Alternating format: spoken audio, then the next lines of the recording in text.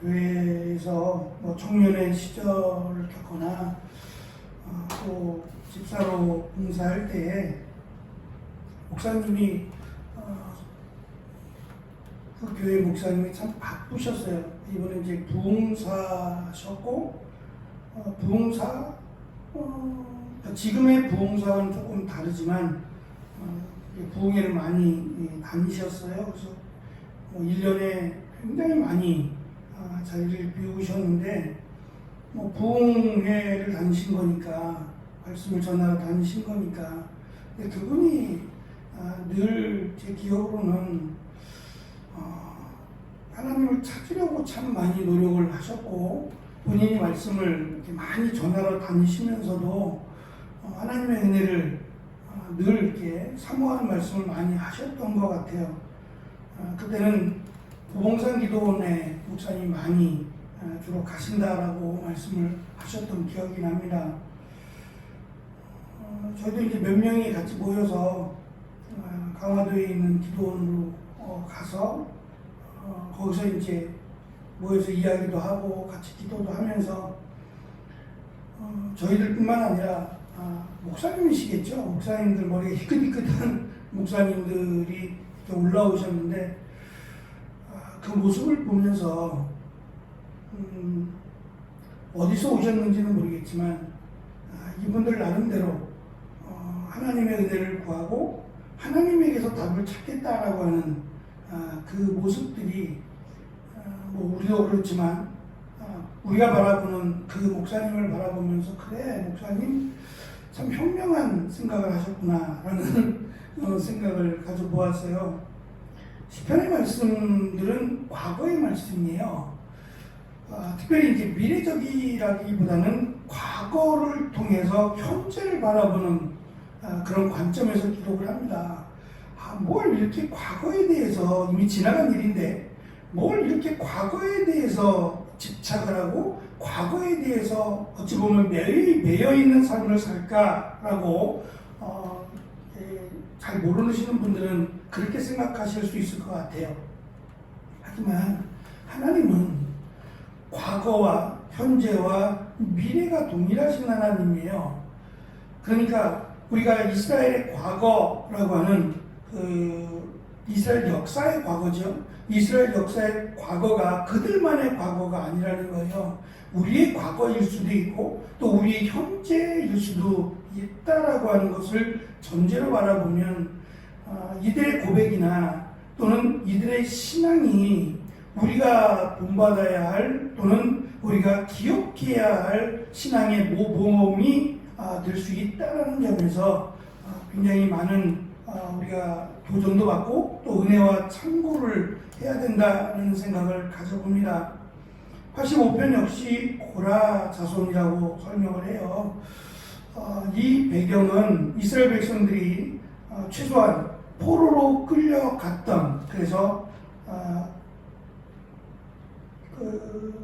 22절에 보면 여호와께서 좋은 것을 우리의 땅에 그 산물로 라고 하는 표현들을 통해서 기근이 들었던 이 땅에 기근이 들었던 그 느헤미야나 말라기서에 등장하는 하나님께서 그들을 징계하시기 위해서 심각한 가뭄을 허락하셨던 한 번은 아니겠습니다만 그 때를 배경으로 하고 있어요. 그런데 시가 보니까 이 암시적인 그러니까 과거에 있었던 분명한 사건인데 이 심각한 가뭄을 통해서 지금 우리를 이 땅을 하나님이 회복시켜 주소서라고 설명을 합니다. 그런데 이 땅을 회복시켜 주시는 것이 이 땅이라고 하는 땅의 개념을 자신들로 봐요.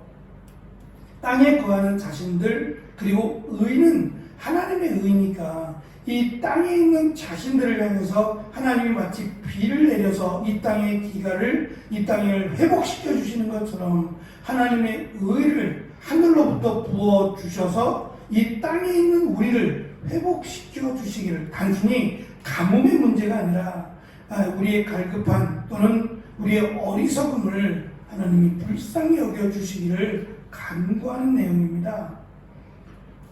이번 주에 말씀을 드린 것처럼 10절에 보면 긍휼과 진리라고 개혁성경은 번역되어 있고 또 개혁개정성경은 인애와 진리라고 번역을 했어요. 말씀드린 것처럼 구제라고도 번역이 되고 또 긍휼이라고도 번역할 수 있을 것 같아요. 그것은 진리로 번역된 믿음이에요. 그러니까 믿음이 전제가 되어 있지 않으면 하나님은 언제나 긍휼을 베푸시고 자비를 베푸셔요.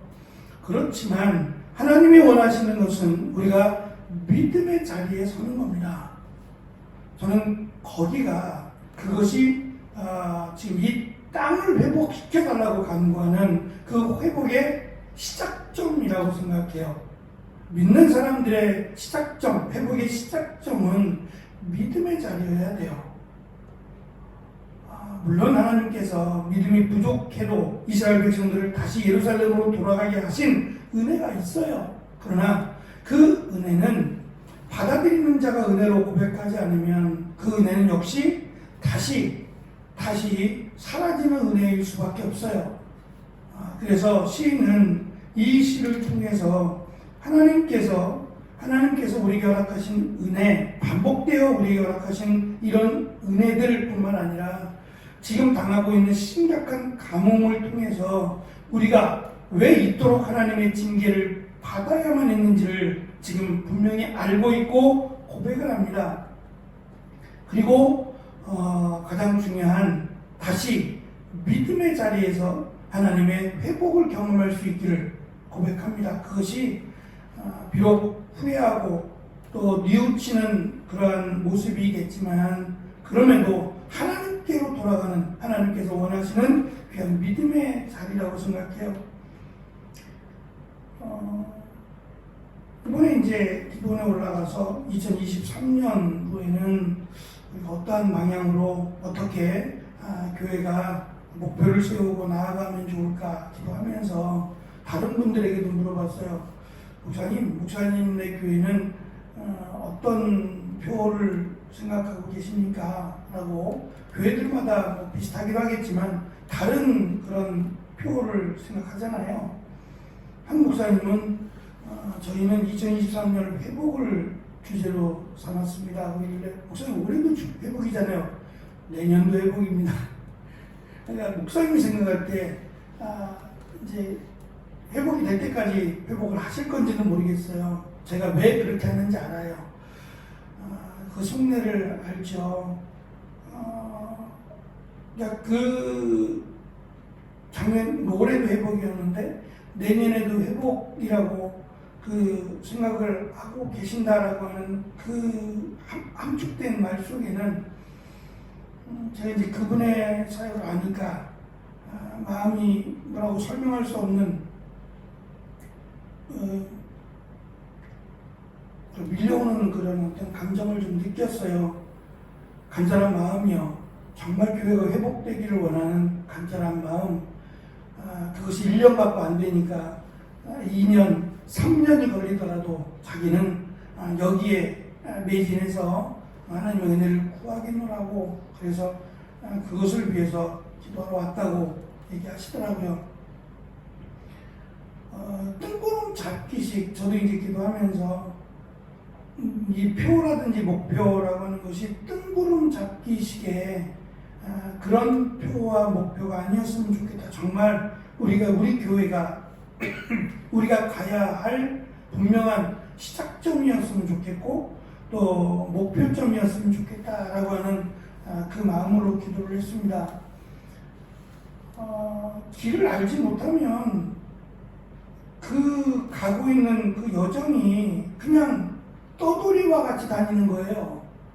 떠돌이와 같이 여기저기 그러다가 보면 또 뭐 좋은 일도 있을 것이고 하겠지만 너무 허송세월을 보낼 수 있잖아요. 그러니까 시인을 통해서 자신들의 뚜렷한 그 가치관뿐만 아니라 정체성을 지금 시인은 확인하는 거예요. 왜 우리가 여기까지 이렇게 와야만 했는지, 땅의 가뭄으로 심각한 어려움을 겪어야 했는지 분명히 알아요. 그리고 이스라엘 백성들이 그것을 알기를 원하는 겁니다. 왜 우리가 이러한 하나님의 징계를 받아야만 했는지, 그것이 목표가 아니라 알았으니, 그리고 하나님이 우리를 버리신 것이 아니라 하나님이 우리를 사랑하심으로. 그래서 10절에 보면 정말 시적인 표현입니다. 긍휼과 진리가 같이 만나고 의와 화평이 서로 입맞추었으며 라고 이야기를 해요. 그러니까 지금 우리의 믿음, 하나님을 향한 우리의 믿음과 하나님이 우리를 향해 부어주시는 하늘로부터 허락하시는 이 의라고 하는 긍휼과 자비가 입을 맞춘다는 거예요. 그것이 이제 화평을 만들어내고 우리에게 하나님의 풍성한 은혜로 다가온다고 하는 이런 시적인 표현입니다. 입맞춤이라고 하는 것은 다윗이 자신의 아들인 압살롬에게 표현했던 거죠. 자신을 배반하고 자신을 죽이려고 하는 배은망덕한 아들이지만 어떻게 하겠어요? 아들이잖아요. 자식이니까 용서하고는 싶은데 그 기회의 때를 지금 다윗은 보고 있었고, 아버지의 속내를 알지 못하는 압살롬은 나를 불러다 놓고 죽이든지 가둬놓고 이게 뭐 하는 거냐고 찾아오지도 않고 원망과 불평을 쏟아내고 있는 어리석은 그 아들을 향해서 다윗이 입을 맞추어 줍니다.